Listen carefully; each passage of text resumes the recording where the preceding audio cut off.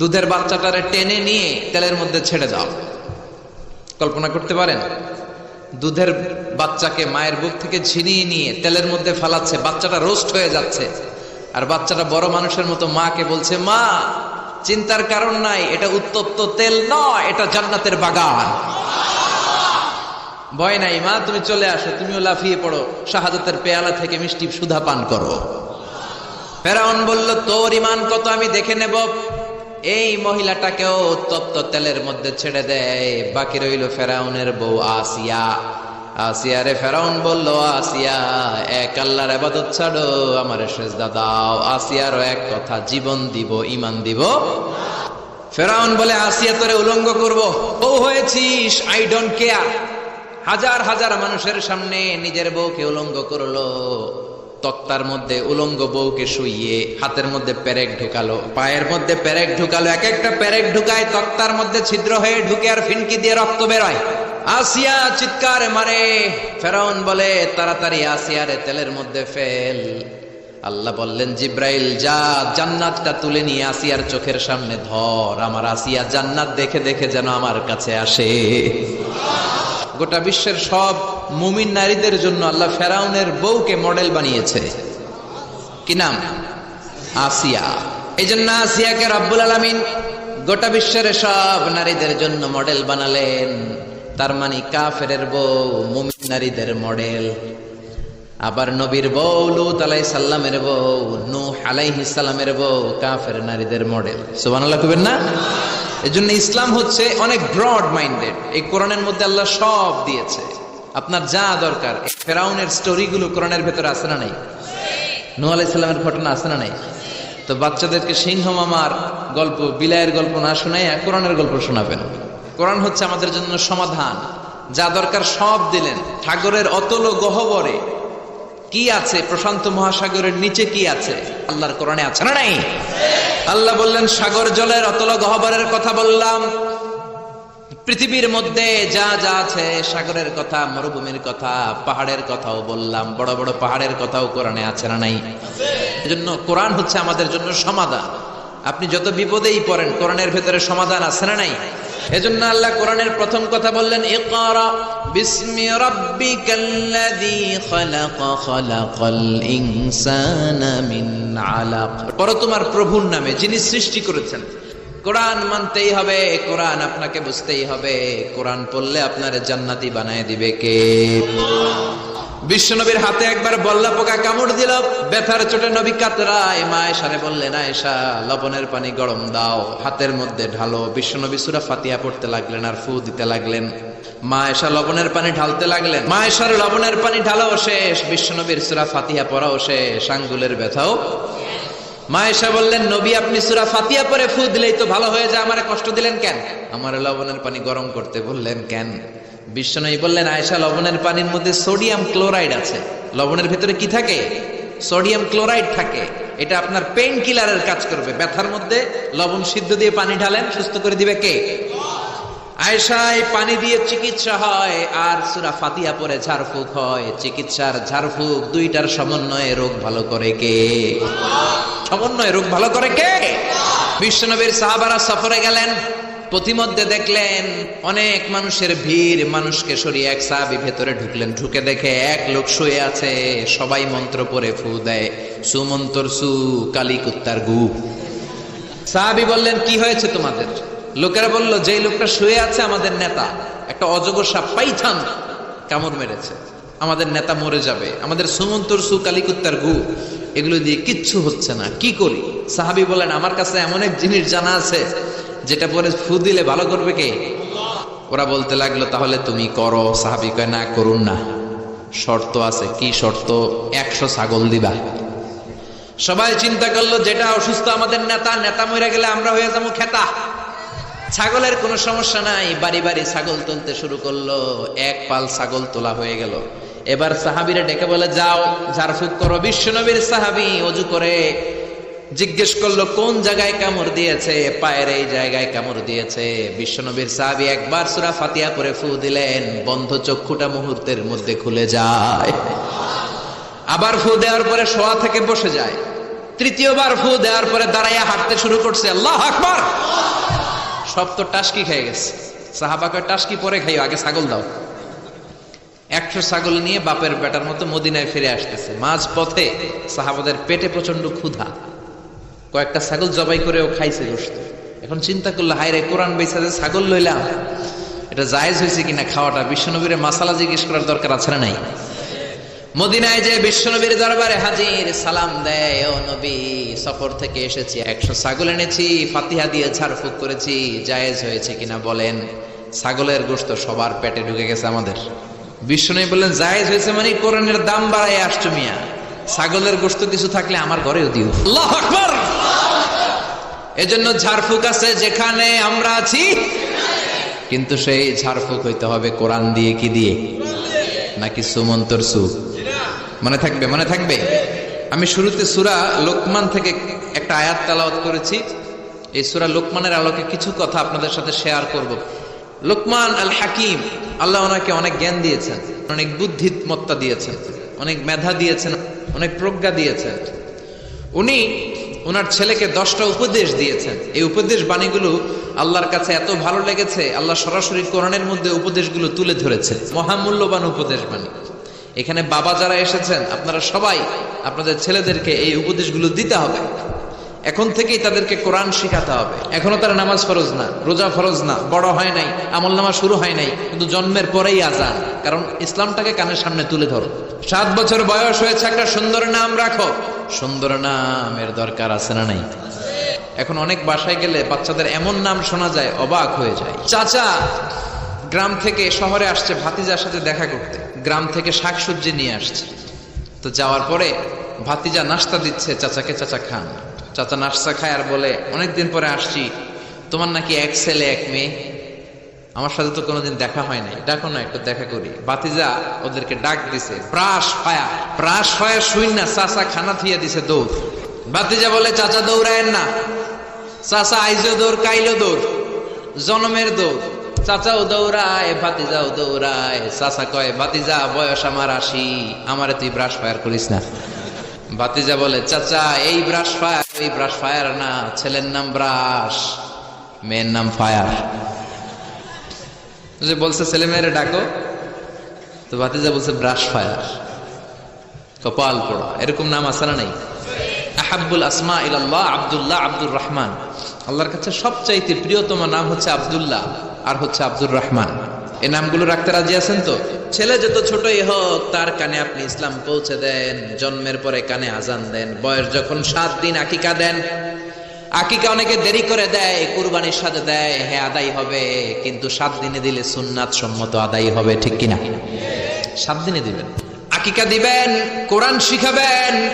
ছেলে যখন বড় হবে, ছেলের হাতে কোরআন তুলে দিবেন, ছেলেটা কোরআন বলা হবে। আর যদি ছেলের হাতের মধ্যে গানের বাদ্যযন্ত্র তুলে দেন, গানকে ভালোবাসবে, জীবন শুরু করবেন ইসলাম দিয়ে, তখনই ছেলেগুলো ভদ্র হবে। ছোট্ট অবস্থায় ইসলাম শিখান, ছোট্ট অবস্থায় নামাজ শিখান, নামাজি হবে, বড় হলে হবে না। এজন্য মুরব্বীরা বলে, কাঁচা না নোয়ালে বাস, পাকলে করে সব মুখস্থ। এজন্য সাইয়েদনা লোকমান ছোট্টবেলা থেকেই ছেলের জন্য 10টা উপদেশ দিলেন। দুনিয়ার সব বাবাদের উচিত ছেলেদেরকে এই উপদেশ দেয়া। এজন্য লোকমান আলাইহিস সালামের কথাকে আল্লাহ সরাসরি কোট করতে একটু কুণ্ঠাবোধ করলেন, আল্লাহ তুলে দিলেন কথাগুলো। পেশায় ছিল রাখাল, পেশায় কি ছিল? সারাদিন ছাগল চড়াতো, রাতের বেলায় যখন ঘরে ফিরতো, এলাকার মানুষগুলো এরকম বসতো ওনার কথা শোনার জন্য। সাইয়েদনা লোকমানের কথা শোনার জন্য হাজার হাজার লোক হয়, মাগরিবের পরে হাজার হাজার লোক চলে আসতো এই রাখালের কথা শুনতে, কারণ আল্লাহ তাকে হিকমত দিয়েছে। লোকমানের মনিব ভাবে, ঘটনা কি, আমি হলাম ওর মনিব, আমার কাছে কেউ আসে না, আর এই লোকটা আমার কর্মচারী, কুচকুচে কালো দেখতে, তার কথা শোনার জন্য লোকেরা আসে কেন? লোকদের জিজ্ঞেস করলো, তোমরা আসছো কেন? আপনার রাখাল ছেলের মাথার মধ্যে এত হিকমত, এত বুদ্ধি, তার কথাগুলো শোনার জন্য আমরা এসেছি। আমার এই রাখালের এত হিকমত, এত বুদ্ধি, দেখি তো কি হিকমত আছে। ডেকে আনলো একবার লোকমানকে, লোকমান তাআলা হুনা, এদিকে আসো। ও লোকমান, ইযবাহ শাতান, একটা ছাগল জবাই করো। এবার ছাগলের সবচাইতে 2টা দামি অঙ্গ ছুরি দিয়ে কেটে আনো। সাইয়েদনা লোকমান মনিবের কথা অনুযায়ী ছাগল জবাই করলেন। জবাই করে জিহ্বাটা আর কলবটা কেটে আনলেন। বললেন, মনিব, এই দুইটা অঙ্গ সবচেয়ে দামি। এবার মনিব বলল, আরেকটা ছাগল জবাই করো, এবার সবচেয়ে নিকৃষ্ট দুইটা অঙ্গ কেটে আনো। এবার সাইয়েদনা লোকমান আবার ছাগল জবাই করলেন, আবারও জিহ্বা আর কলব কেটে নিয়ে আসলেন। মনিব বলে, মা হাদা ইয়া লোকমান, ও লোকমান, সবচাইতে উৎকৃষ্ট দুইটা অঙ্গ কেটে আনার জন্য বললাম, জিহ্বা আর কলব আনলা, সবচেয়ে নিকৃষ্ট দুইটা অঙ্গ কেটে আনতে বললাম, তখনও জিহ্বা আর কলব আনলা, ঘটনাটা কি? সাইয়েদনা লোকমান বললেন, জিহ্বা যদি ভালো হয় এর চেয়ে ভালো অঙ্গ আর হয় না, জিহ্বাটা যদি খারাপ হয় এর চেয়ে খারাপ অঙ্গ আর হয় না, ঠিক কি না? এই জিহ্বা দিয়ে যদি কোরআনের তেলাওয়াত করেন, এই জিহ্বা দিয়ে যদি আপনি আল্লাহর জিকির করেন, এই জিহ্বা দিয়ে যদি কোরআনের দাওয়াত দেন, এই জিহ্বা দিয়ে যদি ভালো ভালো কথা বলেন, এই জিহ্বাটাই হলো সেরা অঙ্গ। আর এই জিহ্বা দিয়ে যদি মিথ্যা কথা বলেন, ওয়াদার খেলাফ করেন, মানুষকে গালি দেন, চগলখুরি করেন, গীবত করেন, জিহ্বার চেয়ে খারাপ কোন অঙ্গ হতে পারে? এজন্য আল্লাহ বললেন, আলাম নাজআল লাহু আইনাইনি ওয়া লিসানান ওয়া শাফাতাইনি ওয়া হাদাইনাহু নাজদাইন। তোরে জিহ্বা দিলাম, জিহ্বা দিয়ে স্বাদ নেয়ার সুযোগ দিলাম। আমাদের এই যে জিহ্বা, নরম নরম টিস্যু দিয়ে আল্লাহ জিহ্বাটারে বানিয়েছেন। এত নরম অঙ্গ দেহের আর দ্বিতীয়টা নাই। একটা চুল যদি জিহ্বার মধ্যে পড়ে যায় সেটাও টের পাওয়া যায়। এজন্য রব্বুল আলামিন সাইয়েদনা মুসারে ডেকে বললেন, ও মুসা, তোর মেজাজ দিয়েছি গরম, কিন্তু জিহ্বা দিয়েছি নরম। ফেরাউনের কাছে যখন দাওয়াত নিয়ে যাবা, গরম মেজাজটা নিয়ে যেও না, নরম জিহ্বাটা দিয়ে নরম নরম ভাষায় দাওয়াত দিবা। এজন্য লোকমান জিহ্বা কেটে এনে বলল, জিহ্বাটা সবচেয়ে ভালো আবার সবচেয়ে খারাপ। কলব কেটে এনে বলল, কলবটা সবচেয়ে ভালো সবচেয়ে খারাপ। কলবে যদি আপনি আল্লাহরে বসান, এই কলবের ভেতরে যদি আল্লাহর জিকির বসান, আল্লাহর জিকির দিয়ে যদি অন্তরটারে সমৃদ্ধ করেন, কলবের চাইতে দামি কোনো অঙ্গ আছে নাকি? এজন্য আল্লাহ বললেন, আলা বিযিকিরিল্লাহি তাতমাইন্নুল কুলুব। দুনিয়ার কোন জিনিস দিয়ে কলব ঠান্ডা হয় না একমাত্র জিকির ছাড়া। লা ইলাহা ইল্লাল্লাহু মুহাম্মাদুর রাসূলুল্লাহ সাল্লাল্লাহু। এজন্য এই কলবে জিকির করতে হবে, কলবের মধ্যে আল্লাহকে স্থান দিতে হবে। কলব পরিষ্কার হয় জিকির দিয়া। আল্লাহ বললেন, আমি লোকমান রে হিকমত দিয়েছি। কি দিয়েছি? হিকমত শব্দটার সাথে আপনারা পরিচিত না? আমরা কিন্তু বলি, এই কথা বলার সময় হিকমত খাটায় বলবি, বলি না? বলি না? বলি না? হিকমত হলো কেমন করে কথা বলতে হয়, কিভাবে বলতে হয়, কোন জায়গায় কোনটা বলতে হয়, এটার নাম হলো হিকমত। হিকমতের বাংলা হচ্ছে প্রজ্ঞা, ইংরেজি হচ্ছে উইজডম। আপনার যে জ্ঞান আছে, জ্ঞানের সাথে যদি কমন সেন্সটারে কাজে লাগান, ওইটাই প্রজ্ঞা। আপনার জ্ঞান আছে নামাজ পড়া ফরজ, নামাজ পড়লে জান্নাতি হওয়া যায়, এটা কিন্তু হিকমত না, এটা হলো জ্ঞান, নলেজ। এবার কেমন করে রুকু করবেন, কেমন করে সিজদা করবেন, কেমন করে নামাজ পড়বেন, এটা জানার নাম হলো হিকমত। হিকমত আল্লাহ সবারে দেয় না। ইউতিল হিকমাতা মান ইয়াশা ওয়া মান ইউতাল হিকমাতা ফাকাদ উতিয়া খায়রান কাসীরা। আল্লাহ হিকমত দেন, কিন্তু সবাইরে নয়, যারে দেন তার কপাল রে উজালা করে দেন। হিকমতের আরেক অর্থ সুন্নাহ। বিশ্বনবী ইউআল্লিমুহুমুল কিতাব ওয়াল হিকমা, কিতাব শিখাবে আর বিশ্বনবীর সুন্নাত শিখাবে। এই সব হিকমত আল্লাহ লোকমানকে দিয়েছেন। আমি লোকমানকে হিকমত দিয়েছি আর বলেছি, আনিশকুর লিল্লাহি ওয়া মান ইয়াশকুরু ফাইন্নামা ইয়াশকুরু লিনাফসি। হিকমত দিয়ে আমি লোকমান রে বললাম, ও লোকমান, আনিশকুর লিল্লাহ, শুকরিয়া করবা কার? আল্লাহর শুকরিয়া করবা, কারণ শুকরিয়া করলে নেয়ামত বাড়ায় দেয় কে? শুকরিয়া না করলে নেয়ামত কেড়ে নেয় কে? লা ইন শাকারতুম লা আযীদান্নাকুম ওয়া লা ইন কাফারতুম ইন্না আযাবি লাশাদীদ। ও বান্দা, যদি আমার নেয়ামতের শুকরিয়া করো, এই যে ভাত খাও, এই যে প্রাণ তুমি পানি খাও, এই যে বাতাস নাক দিয়ে বাতাস নাও, এই যে মাছ খাও, গোশত খাও, এই যে আমি নেয়ামত দিয়েছি, নেয়ামত গুলোর শুকরিয়া যদি করো, নেয়ামত বাড়ায় দিবে কে? আর যদি নাশুকরি করো, জেনে রেখো আমার আযাব বড় কঠিন। ইন্না বাতশা রাব্বিকা লাশাদীদ, আমার পাকড়াও বড় কঠিন। আমি আল্লাহ সব সময় ধরি না, কিন্তু যখন ধরি তখন, সব সময় ধরি না কিন্তু ধরলে ছাড়ি না। ফেরাউন রে ধরে না কিন্তু যখন ধরছে তখন আর, নমরুদ রে ধরে না কিন্তু যখন ধরছে, মশার কামড় দিয়ে দুনিয়া থেকে শেষ। ফেরাউনকে সাগরের মধ্যে সুবানি খাওয়াইছে কে? তার মানে সব সময় ধরে না, অনেক ছাড় দেয়। ফামাহিলিল কাফিরিন আমহিলহুম রুয়াইদা, কাফেরদেরকে আমি ঢিল দেই, চান্স দেই, সময় দেই, দেখি ফিরে আসে কিনা, দেখি তওবা করে কিনা, দেখি মসজিদে ঢুকে কিনা, দেখি নামাজি হয় কিনা, দেখি ভালো মানুষ সাজে কিনা। জোরে কোন ঠিক কিনা? এজন্য আল্লাহ বলল শুকরিয়া করো। বললেন শুকরিয়া করে বাড়ায় দিব না শুকরি করলে কেড়ে নিব? শুকরিয়া করবেন না কেন? এত নেয়ামত আল্লাহ আমাদের দিয়েছেন, নেয়ামত গুলো গুণে শেষ করতে পারবেন? পারবেন? আমার দেহে কত নেয়ামত, গোটা বসুন্ধরা পৃথিবী ব্যাপী কত নেয়ামত, ঠিক কি না? এজন্য আল্লাহ বললেন আনিশকুরু লিল্লাহি ওয়া মান ইয়াশকুরু ফাইন্নামা ইয়াশকুরু লিনাফসি। শুকরিয়া করো, শুকরিয়া করলে তোমারই লাভ। যে শুকরিয়া করে নিজের জন্যই করে নাকি আল্লাহর লাভ? সহিহ মুসলিমের বর্ণনা, দুনিয়ার সবাই যদি কাফের হয়ে যায়, মুশরিক হয়ে যায়, আমি আল্লাহর ক্ষমতার 1 ইঞ্চিও কমবে না। সবাই যদি জিকির করে ওলি হয়ে যায়, আমি আল্লাহর ক্ষমতার 1 ইঞ্চিও বাড়বে। লাভ লস কার? লাভ লস আমাদের। ওমান কাফারা ফাইন্নাল্লাহা গনিয়্যুন হামিদ। আর যদি কুফরি করো, জেনে রেখো আল্লাহ মুখাপেক্ষী, আল্লাহর কিছু লাগে না, লাগে আমাদের। আমাদের প্রয়োজনে আমরা আল্লাহর কাছে ঠেকা, আল্লাহ কারো কাছে ঠেকা নাকি? আমাদের প্রয়োজনে আমরা আল্লাহর কাছে চাই, আল্লাহ কারো কাছে চাই নাকি? এবার সাইয়েদনা লোকমান ছেলেরে দাওয়াত দিবেন, ছেলেরে উপদেশ দিবেন। আল্লাহ বলেন ওয়াইয ক্বালা লুকমানু লিবনিহি ওয়া হুয়া ইয়াইদুহু ইয়া বুনাইয়া লা তুশরিক বিল্লাহ ইন্নাশ শিরকা লাযুলমুন আযীম। ও নবী, স্মরণ করুন ওই সময়ের কথা যখন লোকমান তার ছেলেকে উপদেশ দিচ্ছে। এজন্য ছেলেরে নসিহত করবেন, উপদেশ দিবেন। আবার ছেলেরে ডাক দিল ইয়া বুনাইয়া, ও আমার বাজান, ও আমার কলিজার টুকরা, ও আমার বৎস, ও আমার সন্তান, ও আমার কলিজার টুকরা, এরকম দরদ মাখা কণ্ঠে, ও আমার বাজান, ও আমার সন্তান, এভাবে ডাক দেবেন। কলিজার টুকরা সন্তান বলে প্রথম উপদেশ দিচ্ছেন লা তুশরিক বিল্লাহি ইন্নাশ শিরকা লাযুলমুন আযীম। ও আমার কলিজার টুকরা সন্তান, শিরক করো না, শিরক করো না। কারণ ইন্নাশ শিরকা লাযুলমুন আযীম, শিরক হলো বড় জুলুম। কারণ এই জুলুমটা কোনো মানুষের উপর জুলুম নয়, জুলুমটা কার উপর? যে আল্লাহ রিজিক দেয়, আল্লাহর না মাইনা আরেকজনরে মানেন, আপনি মুমিন না মুশরিক? যে আল্লাহ আপনার স্রষ্টা, তার ইবাদত না করে আরেকজনের ইবাদত করেন, আপনি মুমিন না মুশরিক?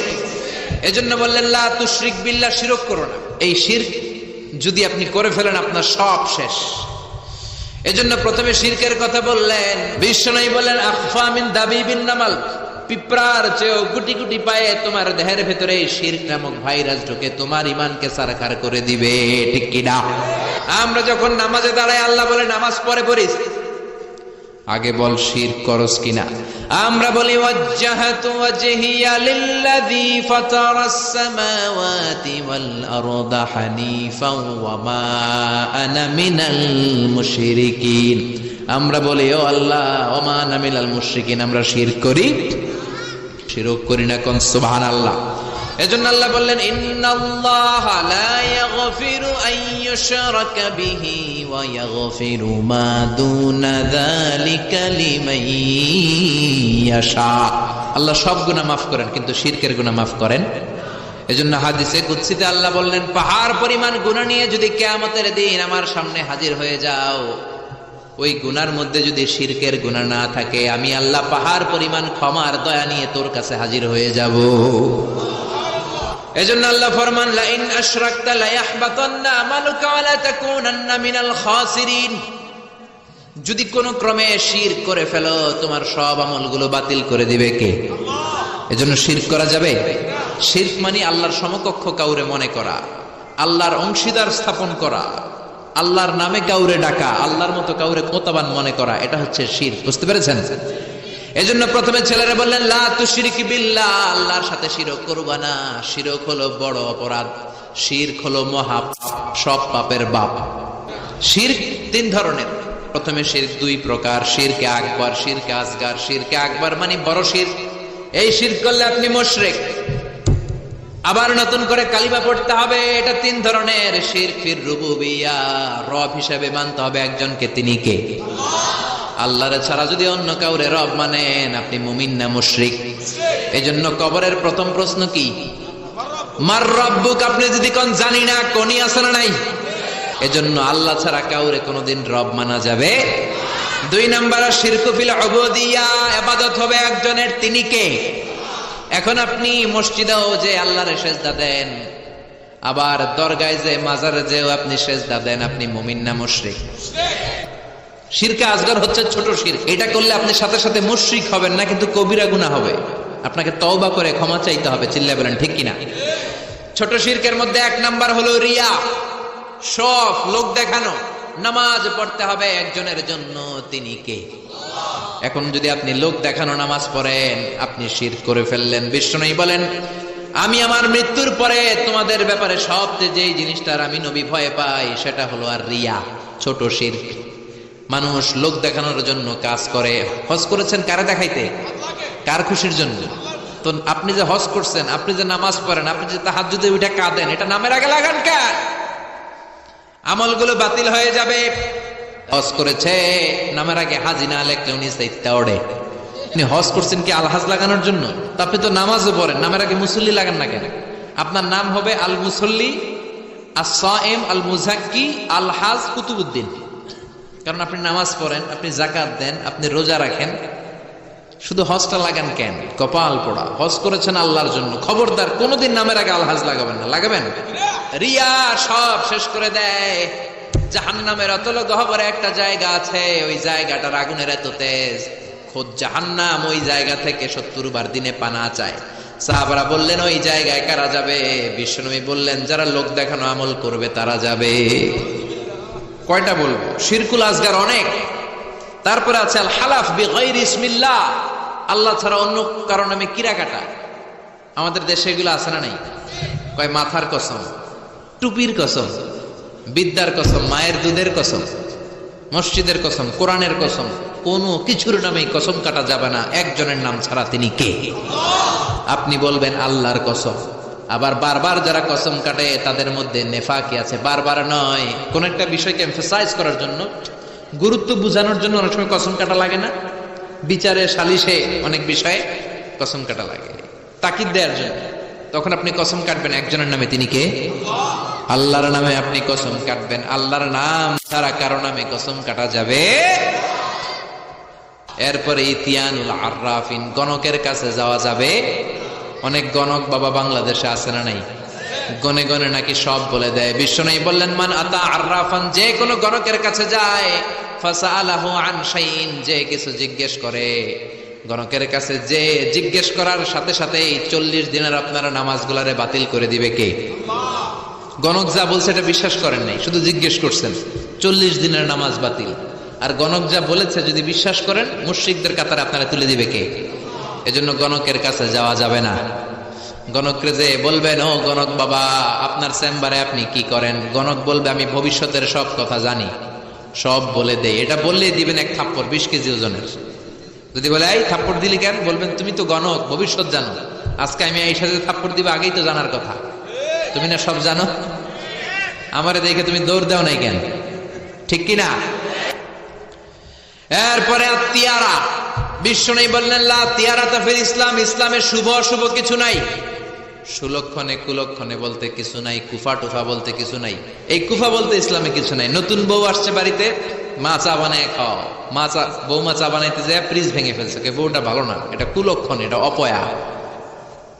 এগুলো ইসলামে নাই। ইসলাম বলে আল কাদার খাইরিহি ওয়া শাররিহি মিনাল্লাহ, ভালো হোক মন্দ হোক দুনিয়ার কেউ করতে পারে না, করতে পারে একজন, তিনি কে? টিয়া পাখির কাছে যায়, টিয়া পাখি নাকি ভাগ্য বলে দেয়। কত নিম্ন রুচির লোক হতে পারলে একজন মানুষ আশরাফুল মাখলুকাত হয়ে টিয়ার কাছে ভাগ্য জানতে চায়। ভাগ্য তো মহাবিশ্ব সৃষ্টির 50,000 বছর আগে লৌহে মাহফুজে লিখে দিয়েছে কে? আর জোরে বলেন কে? এরপরে মাজার দেখলে ড্রাইভার ভাইরা গাড়ি স্লো করে, করে কি করে না? মাজারের দিকে এরকম করে, আছে না নাই? কিরে স্লো করলি কেন? কয় বাবার মাজার, বাবায় অনেক গরম। গাড়ি আমার উল্টায় দিবে। জোরে চালাইলে গাড়ি উল্টায় দিলে দুর্ঘটনা হয়, মানুষ মারা যায়। যে লোক কবরে শুইয়া মানুষ মারে ওইটা আল্লাহর ওলি নাকি ডাকাই? ওটা তো অনেক বড় সন্ত্রাসী, ঠিক কিনা? এরপর ট্রাকের পিছনে জুতা ঝুলায় আছে না নাই? তাও পুরান জুতা। দেখবেন রাত্রেবেলা ট্রাকের পিছনে সব পুরান জুতা। একটা ধরলাম, কি রে পুরান জুতা কেন? হুজুর চোখ লাগে, বদনজর, মুখ লাগে। তো কি লাভ? যেটা মুখ লাগাইছে ওটার গালে যে আমার সিরা জুতা পড়ছে। কপাল পোড়া। তুমি ট্রাককে হেফাজতের জন্য জুতার উপর তাওয়াক্কুল করেছো, আল্লাহর উপর তাওয়াক্কুল করো নাই, তুমি মুশরিক। জোরে কোন ঠিক কিনা? তারপরে কয় পরীক্ষা সকালে ডিম খাবি না, পরীক্ষায় ডিম পাবি। আপনাদের এলাকায় বলে বলে এটি ভুয়া কথা। আমি তো সবসময় পরীক্ষার দিন সকালে ডিম খাইতাম আর ফার্স্ট হয়ে যেতাম। এই যে মিশরের পরীক্ষায় যখন দিলাম ডিম খেয়ে গেছি, ফার্স্ট হয়ে গেছি। ডিম খাইলে ফার্স্ট হয়ে যাবে, ডিম খাইলে পরীক্ষায় ডিম পাবে, এটা ভুয়া কথা। এরপর বাচ্চাদের কপালে কালো টিপ আছে না নাই? আমি আমার বাড়িতে আমার পুরাতন একটা অ্যালবাম ঘাটতে শুরু করলাম। ঘাটতে ঘাটতে দেখি আমার বয়স যখন 4, তখন আমার একটা ছবি, ওইখানে আমার কপালেও কালো টিপ দেওয়া। আম্মারে ধরলাম, কালো টিপ দিলা কেন? কয় তোর নানি কইছে। নানিরে ধরলাম, তুমি কইছো কেন? কয় তোর বড় আম্মা কইছে। ওই বেডি আর বাইসা নাই, আর ধরতেও পারি নাই। এই জন্য এগুলো করা যাবে। এই কালো টিপ দিবেন না। সূরা ফালাক নাস করে ফু দিবেন, সুস্থ করে দিবে কে? এরপরে বলে তোর যদি হাত চুলকায় তাইলে তোর টাকা আসবে। বলে না? আসলে কি আসে? টাকা আসে? আসে না। ধনী বানায় কে? গরিব বানায় কে? মুসলমান এগুলোতে বিশ্বাস করতে পারে।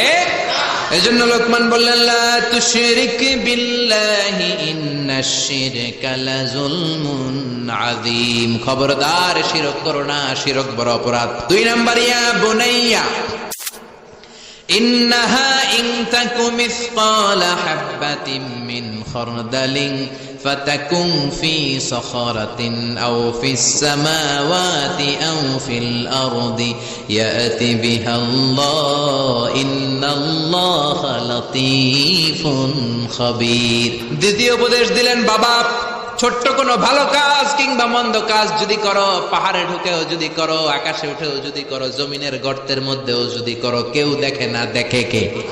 দরজা বন্ধ করে, লাইট অফ করে রাতের বেলা পাপ করলেন, কেউ দেখে নাই, দেখছে কে? তিনি লাতীফুন খাবীর, সূক্ষ্মদর্শী। তিনি থাকেন অনেক উপরে, 7 আকাশ, সিদরাতুল মুনতাহা, বাইতুল মামুর, লাউহে মাহফুজ, তারপরে আল্লাহর আরশ, তারপরে কুরসি, তার উপর আল্লাহর 70,000 নূরের পর্দা। সেখান থেকে আল্লাহ 7ম জমিনের নিচেও যদি অমাবস্যার রাতে কোন পিপিলিকা, পিঁপড়া নীরবে নিঃশব্দে হেঁটে যায়, এত উপর থেকে ওই পিঁপড়ার আওয়াজও আল্লাহ শুনতে পান। তিনি লাতীফুল খাবীর। তার মানে দ্বিতীয় উপদেশ দিলেন, বাবা ওই আল্লাহর শিরক করো না যে আল্লাহ এত ক্ষমতাশীল। তুমি যেখানেই যেটা করো, কিয়ামতের দিন তোমার সামনে তুলে ধরবে কে? আদর দিয়ে আপনি বুঝায় দেন, বাবা তুমি স্কুলে যাও, চুরি করে বন্ধুর পেন্সিলটা তোমার ব্যাগে করে এনো না, বন্ধুর রাবার চুরি করো না, কলম চুরি করো। ছোট্ট বাচ্চাদের মধ্যে এটা আছে, আরেকজনের কলমটা লাল দেখছে, ওটা নিয়ে আসে। আপনি শিখিয়ে দেন আরেকজনের জিনিস নেওয়া যাবে না, না বলে নেয়াকে চুরি বলে।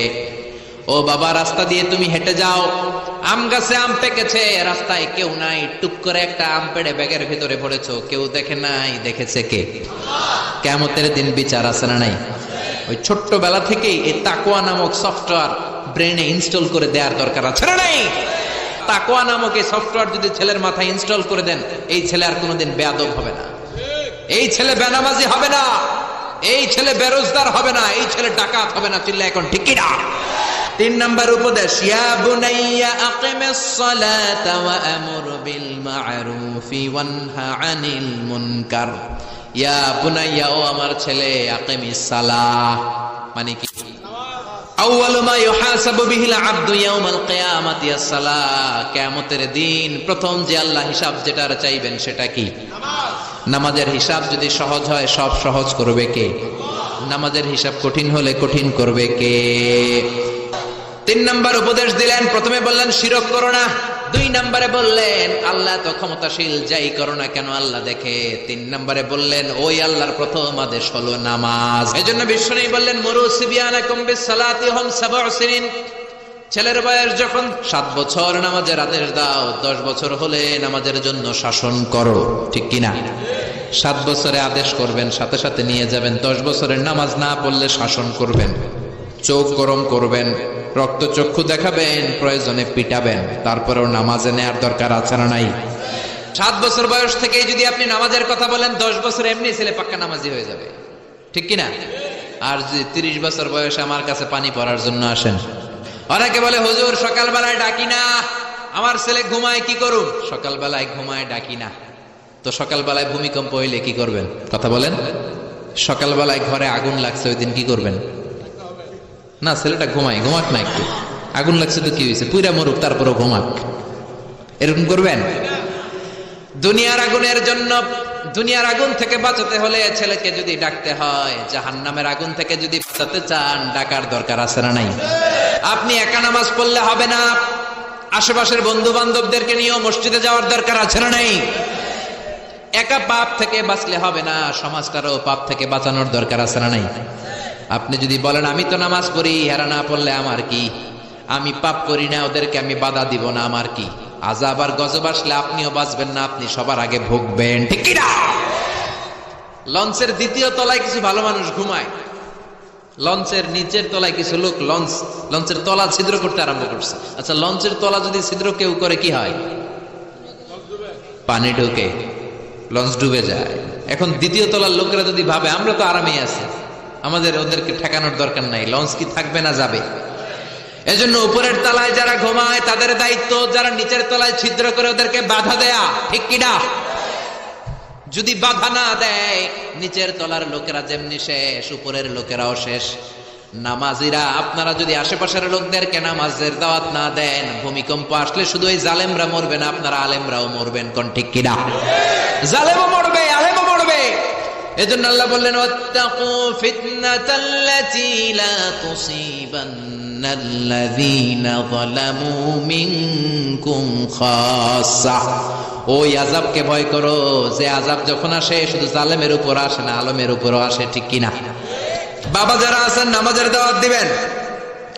এরপরে 4 নম্বরে বললেন ওয়ামুরু বিল মা'রুফ, ভালো কাজের আদেশ দাও। 5 নম্বরে বললেন ওয়ানহা আনিল মুনকার, খারাপ কাজের নিষেধ করো। কুনতুম খায়রা উম্মাতিন উখরিজাত লিন-নাসি তা'মুরুনা বিল মা'রুফি ওয়া তানহাউনা আনিল মুনকার, ভালো কাজের আদেশ দাও, মন্দ কাজের নিষেধ। বাচ্চাদেরকে এগুলো শিখাবেন, এখন থেকে এগুলো শিখে বড় হতে হবে। সাইয়েদনা মুসা আলাইহিস সালাম বললেন আল্লাহ আযাব আর গজব দিলে শুধু খারাপ মানুষদেরকে মারো না কেন, ভালোদেরকেও মারো কেন? আল্লাহ বললেন প্রশ্নের উত্তর আমি দিব না, তুমি নিজে পেয়ে যাবা। মুসা আলাইহিস সালাম হাঁটতে শুরু করলেন, হাঁটতে হাঁটতে বিশ্রামের জন্য এক গাছের নিচে বসলেন, বসে ঘুমায় গেলেন। ওই গাছের নিচে ছিল 20 পিঁপড়ার বাসা। 3টা পিঁপড়া এসে মুসা নবীর পায়ে কামড়াতে শুরু করলেন। 20 পিঁপড়ার কামড়ানির চোটে নবী মুসা আর ঘুমাতে পারে না, উঠে গেছে ব্যথায়। এই নবীর মেজাজ কি গরম না নরম? মেজাজের চোটে ঘুম থেকে উঠে পা দিয়ে পিষে পিষে পুরো বাসাটারে নাস্তানাবুদ করে দিলেন। পুরা পিঁপড়ার বাসা সে সবগুলা পিঁপড়া পা দিয়ে পিষে পিষে মারলেন। আল্লাহ ডেকে বললেন ও মুসা, কামড় দিছিল কয়টা পিঁপড়া? সব ডেরে মারলা কেন? আল্লাহ ডেকে বলে মুসা, আযাব আর গজব যখন আমি দেই বেছে বেছে দিতে পারি না, দিলে একসাথে সবাই রে দেই, ঠিক না? এজন্য নামাজ একা পড়লে হবে না, সবাই রে নামাজের দাওয়াত দেওয়ার দরকার আছে না নাই? এরপর আল্লাহ বললেন ওয়াসবির, সবর করো। লুকমান তার ছেলেকে বললেন সবর করো আলা মা সাবাক। ছেলে যদি নামাজি হয়, ভালো কাজের আদেশ দেয়, খারাপ কাজের নিষেধ করে, ওই ছেলের উপর আযাব আর শাস্তি আছে না নাই? বাস্তব ইসলামের পথে যদি থাকেন, আপনার উপর আযাব আসবে, আপনার উপর শাস্তি আসবে। এই কাগজের মধ্যে যদি কলম দিয়ে পানি লেখেন, এই কাগজটা ভিজবে না। এটার মধ্যে যদি আগুন লেখেন, কাগজটা পুড়বে না। কিন্তু বাস্তব আগুন যদি ধরিয়ে দেন, পুড়তে দেরি হবে। বাস্তব ইসলামের পক্ষে যদি থাকেন, আযাব আসতে দেরি হবে না। হকের কথা যদি বাস্তবিক ভাবে সমাজের মধ্যে ছড়িয়ে দেন, বাতিলের তীর আপনার দিকে ছুটে ছুটে আসবে, ঠিক কিনা? ছেলেরা সান্ত্বনা দিলেন, ফাসবির, বাবা ধৈর্য ধারণ করো, বিপদে ধৈর্য ধরবা। তারপরে বললেন ওয়ালা তামশি ফিল আরদি মারাহা। 7 নম্বরে বললেন অহংকার করো না, অহংকার করে তুমি কিচ্ছু করতে পারবা। অহংকার পতনের মূল। এক একটা অনেক লম্বা আলোচনা, আমি শেষ করে দিচ্ছি। সব শেষে আল্লাহ বলেন ওয়াকসিদ ফি মাশিকা ওয়াগদুদ মিন সাউতিকা ইন্না আনকারাল আসওয়াতি লাসাউতুল হামির। ওয়াকসিদ ফি মাশিক, চলার সময় শালীনভাবে চলো, ভদ্রভাবে চলো। যুবক ছেলেরা 5টা 7টা ছেলে একসাথে বের হলে কাউরে আর চোখে পড়ে না, রক্ত গরম মনে করে ওর বাবার রাস্তা। এরকম বেয়াদব ডাকাইত আছে না নাই? আজকে মুরব্বী যারা, তারাও তোমাদের মতো এরকম গরম রক্তওয়ালা ছিল, তাগড়া যুবক ছিল, তারা রাস্তায় দৌড় দিলে লোকজন তাকিয়ে থাকতো, ঠিক কি না? বয়সের ভারে তারা নুজ্জ হয়েছে, তোমরাও একদিন বুড়া হয়ে যাবা। এই জন্য ছেলেরে বুঝালেন, বাবা অহংকার করো না, রাস্তা দিয়ে হাঁটার সময় ভদ্র হয়ে হাঁটো।